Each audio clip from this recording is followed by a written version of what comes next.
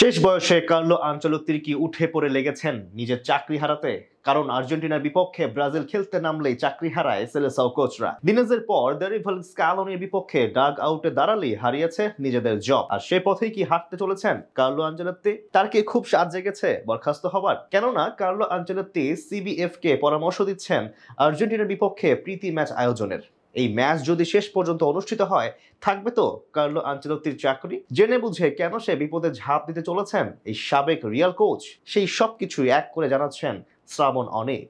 Carlo Ancelotti কি আর ব্রাজিলের coach হিসেবে চাকরি করতে চান না? যদি চাইবেন তবে কেন আর্জেন্টিনার বিপক্ষে প্রীতি ম্যাচ খেলতে সিবিএফ কে পরামর্শ দিচ্ছে সাবেক রিয়াল মাদ্রিদ বস? কেননা আর্জেন্টিনার বিপক্ষে ম্যাচ খেললেই যে নিজেদের চাকরি আর বাঁচাতে পারছেন না ব্রাজিলের কোচরা।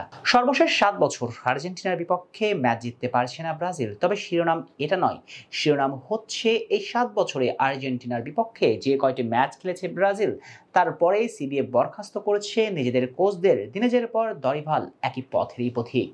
বলতে পারেন স্ক্যালোনির বিপক্ষে ডাগ আউটে দাঁড়ানোর অর্থই ব্রাজিল কোচদের চাকরি হারানো এক প্রকার নিশ্চিত। 2023 সালে চিরপ্রতিদ্বন্দ্বী আর্জেন্টিনার বিপক্ষে বিশ্বকাপ বাছাই পর্বে মাঠে নেমেছিল 5 বারের বিশ্ব চ্যাম্পিয়নরা, কিন্তু ঘরের মাঠে জয় তুলে নিতে ব্যর্থ হয়, চাকরি হারায় দিনেজ। দরিভালের জন্য ফুটবল দেবতা লেগেছিল একই গল্প, তবে দিনেজের চেয়েও দরিভালের গল্পটা আরো করুন। চিরপ্রতিদ্বন্দ্বীদের বিপক্ষে এই দশকে প্রথমবারের মতো সেলেসাওরা হজম করে 4 গোল, এরপর বরখাস্ত হন দরিভাল। অর্থাৎ এই উদাহরণগুলো নিশ্চয়তা দিচ্ছে স্ক্যালোনির বিপক্ষে ডাগ আউটে দাঁড়ালেই চাকরি যাবে ব্রাজিল কোচদের। কিন্তু সেটা জেনে বুঝেও কেন এমন বিপদকে আঁকড়ে ধরতে চান কার্লো আনচেলত্তি?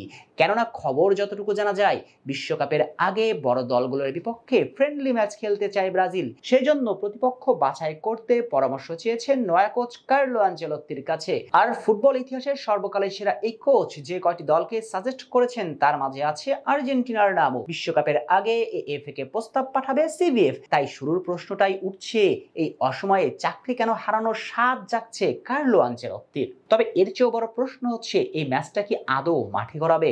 বাস্তবতা হচ্ছে সম্ভাবনা খুবই কম, কেননা বিশ্বকাপের আগে আর্জেন্টিনার আছে লম্বা শিডিউল। বিশেষ করে বিশ্বকাপের ঠিক 2 মাস আগে মাঠে গড়াবে ফিনালিসিমা।